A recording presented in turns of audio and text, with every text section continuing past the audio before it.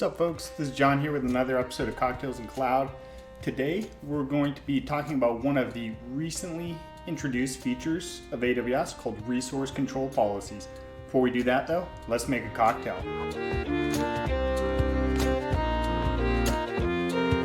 Today's cocktail, it's easy. Just 2 ingredients. Just joking, not easy at all. What we're making today is a clarified punch. This particular cocktail is great for the holiday season, and one of the reasons it's great is because it's made in batches. It takes quite a while to make. You want to make this one ahead of time. But with doing that, that means you're prepped. When you have your folks over, your friends, family visiting for the holidays, you don't have to be slinging cocktails. You just pour, stir, and you're good to go. So that's what we're going to do today. I'm going to go ahead and pour one of these, get started, and then we'll come back and we'll talk about how it's made. Pouring over a big block of ice. This is best served cold. So why a clarified cocktail? Well, I don't know if you can see it through the picture, but this is actually pretty darn clear. And so when you start adding citrus and a lot of ingredients into a drink, it muddles it, it makes it cloudy. Introduce certain bitter liqueurs, things that are a little more harsh, and it makes it a little hard to drink. And so what clarification does is, number one, it makes it a little more clear, removes some of those cloudy aspects of the drink. It's filtered, so we're not having any pulp, we're not having any seeds, but what we're also getting is a more smooth drink. And the way that clarification works is it uses milk, and the proteins in the milk bind to some of the astringent tastes in the drink. You have to filter it a few times, and again, it takes a while. So what we're doing now is we're gonna be sipping on the batch we already made. At the end of the video, we'll show you how it was made full on. So now that we have our cocktail, let's talk. Recently, AWS introduced a concept they call resource control policies, or RCPs. If you have experience managing AWS organizations, you're probably familiar with SCPs, or service control policies. RCPs are similar, except they operate at a resource level. For those of you who are new to AWS, you may not realize that there are multiple types of policies: service policies and then resource policies. Most of us work with service policies. We're familiar with going into the IAM Identity Center, adding policies to users, groups, etc. Resource policies are policies that govern how we use resources. And this is a pretty big gap for a while from AWS.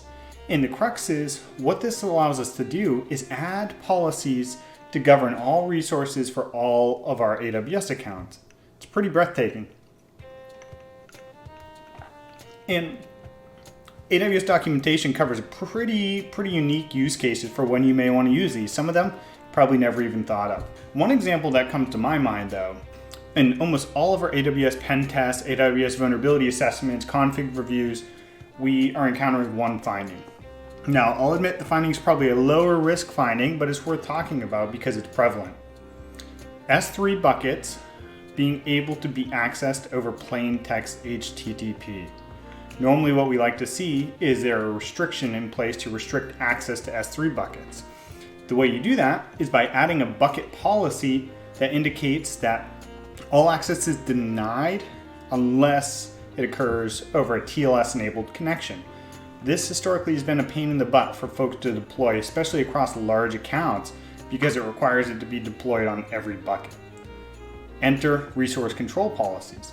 Now, at the AWS organization level, we can have a policy that says we're only going to enable actions on S3 buckets that occur over TLS enabled connections.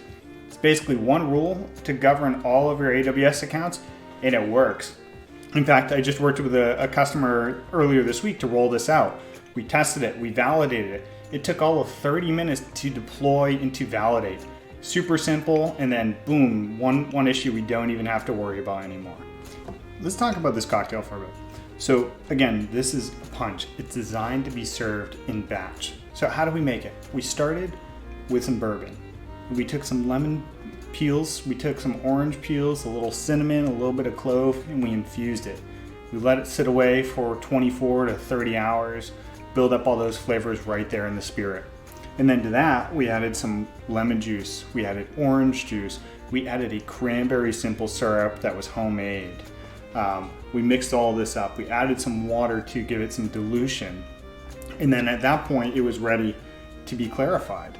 And so we went through the clarification process. We added some milk to it. We let it curdle. We strained it. And then, at the end, what we have is a very clear type of cocktail that's extremely refreshing to sip in the winter. It's got the warm spices you'd expect from the cinnamon, from the clove as well. Don't use too much clove. You don't want to use too much clove, just a little bit. So it has those warm spices, but the lemon and the orange juice really make it a very refreshing cocktail for the winter. I enjoy it served cold. That's the best way to do it, in my opinion. But with all punches, you can kind of make your own recipe. Have some fun with it. Let your friends and family try, figure out. With clarified cocktails, one thing you could do is make a batch of clarified, make a batch of unclarified. Try them both and see what you think is better. So if you enjoyed this episode, make sure you hit subscribe to be notified the next time we release a Cocktails and Cloud episode. And stay tuned, because we're going to show you just after this how we actually assemble the drink. Cheers, happy holidays.